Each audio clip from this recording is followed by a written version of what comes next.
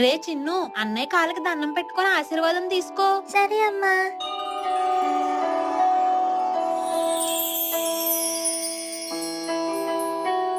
Happy Rakshabandhan చెల్లి. Thank you అన్నయ్య. రే పులి, నువ్వు ఎంత పెద్దవాడు అయినా ప్రతి సంవత్సరం చెల్లితో రాఖీ కట్టించుకోవాలి.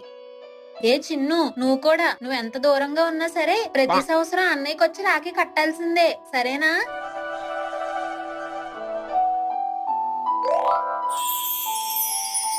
హ్యాపీ రక్షాబంధన్ అన్నయ్య.